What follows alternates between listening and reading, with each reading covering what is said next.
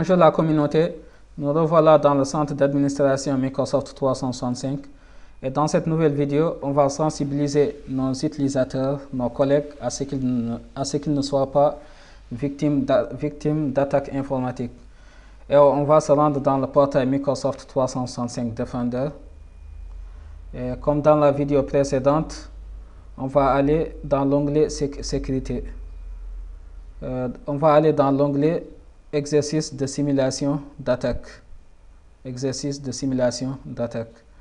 Et dans la vidéo précédente, l'un de nos utilisateurs a été victime d'attaque. Donc, il serait important pour lui qu'il soit sensibilisé pour plus de prudence. Et on va, dans cette page, on va aller dans l'onglet apprentissage. Et c'est dans cet onglet qu'on va créer des campagnes de formation pour sensibiliser nos utilisateurs. Les campagnes de formation, elles permettront à nos utilisateurs d'être sensibilisés sur des sujets de sécurité, la conformité, la confidentialité ou les risques liés à l'ingénierie sociale. Ici, nous avons le récapitulatif des campagnes de formation, à savoir le nombre de formations en brouillon, nombre de formations planifiées, nombre de formations en cours, nombre de formations terminées et nombre de formations qui ont échoué. Et pour ajouter une campagne de formation, on va cliquer sur ce lien, créer. Et ici, dans la première étape, on va donner le nom de la campagne de formation. La formation, on va l'appeler sensibiliser nos utilisateurs. D'accord. Et ici, sensibilisation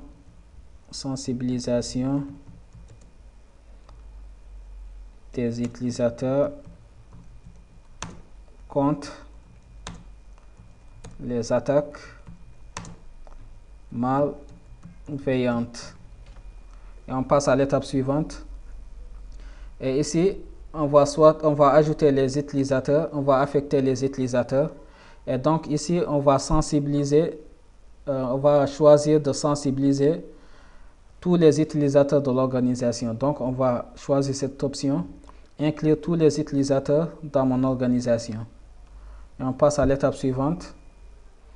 Bon, on va ignorer cette étape, exclure certains utilisateurs cibles de cette simulation. On passe à l'étape suivante. Et dans cette page, on va choisir une formation. On peut ajouter une ou plusieurs formations, d'accord. Et dans chaque formation, on peut avoir un ou plusieurs cours. Et pour ajouter une formation, on va cliquer sur ce lien, ajouter des formations. C'est en cours de chargement.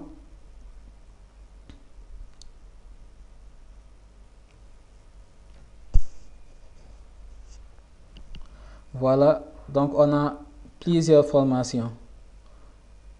Donc on a 94 éléments, 94 formations qui sont automatiquement fournies par Microsoft. Donc tout ce que vous voyez, ce sont des formations. Il y a des formations qui sont exclusivement en anglais et d'autres avec plusieurs langues. Par exemple, cette campagne de formation, pour cette formation-là, comprendre les demandes d'autorisation d'application, nous avons 36 langues. Cette formation, par exemple, nous avons 33 langues. Vous voyez, ici, nous avons attaque d'hameçonnage à 2 volets. On a 33 langues. Ici aussi, on a Teams Phishing. Nous avons 36 langues. Donc, on va ajouter la première formation, la première campagne de formation. Comprendre les demandes d'autorisation d'application. On clique sur Ajouter et on passe à l'étape suivante. Voilà, donc pour la langue, pour les préférences de notification, on va choisir la notification Microsoft par défaut. Et pour la langue, on va sélectionner le français. Et ici, pour les préférences de remise, on va choisir 2 fois par semaine. Et on passe à l'étape suivante. Et pour la planification, on va choisir la première option. On va choisir de lancer la campagne de formation dès qu'on finit d'enregistrer. Et on passe à l'étape suivante. Et dans la dernière étape, on a le récapitulatif. Et ici, on nous dit que pour cette campagne de formation, nous avons 3 cours. On va cliquer sur ce bouton, envoyer, pour enregistrer la campagne de formation. C'est en cours d'enregistrement. Voilà. Donc, nous venons de créer une nouvelle campagne de formation. Et tous nos utilisateurs, un mail sera envoyé à tous les utilisateurs de l'organisation. Voilà, donc nous les utilisateurs de l'organisation, nous avons reçu chacun un mail nous permettant d'accéder à la formation. Ça, c'est le compte d'utilisateur Mamadouba. Et on va vérifier dans le compte de l'autre utilisateur Abdoulaye Ba. Lui aussi, il a reçu le même mail lui permettant d'accéder à la formation. Nous avons les détails de la formation, à savoir le nom de la formation, la durée de la formation et la date d'échéance. Pour accéder à la formation, on clique sur ce lien, accéder à la formation. Et on se dirige vers la page dans laquelle nous avons le contenu de la formation. Voilà, nous avons 3 cours pour cette formation, à savoir le premier cours, c'est comprendre les demandes de consentement d'une application. Le deuxième cours, c'est sur les rançongiciels.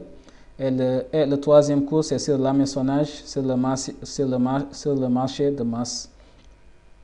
Donc, nous allons cliquer sur ce lien pour voir le contenu du cours.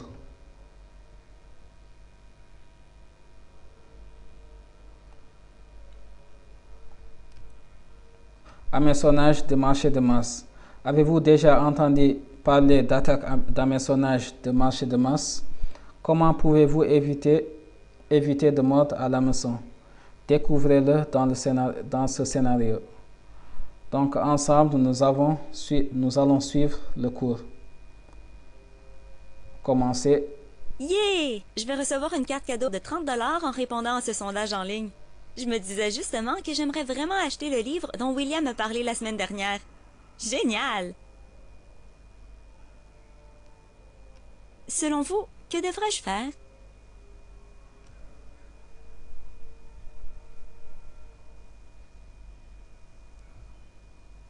Qu'est-ce qui se passe avec mon ordi?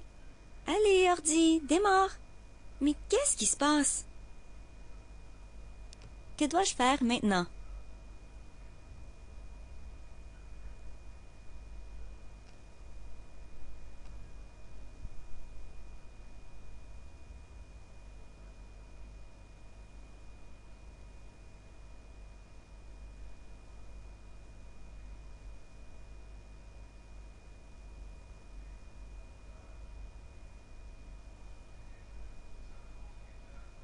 Bonjour, Priya.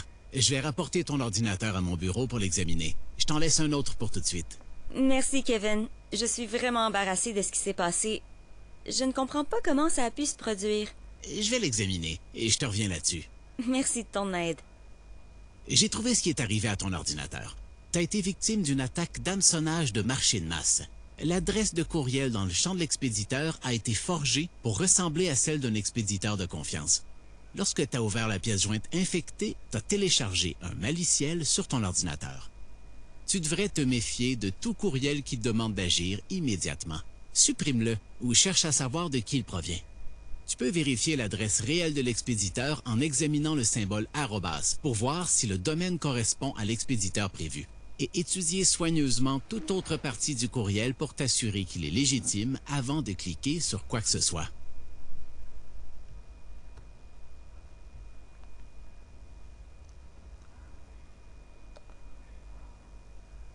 Voilà.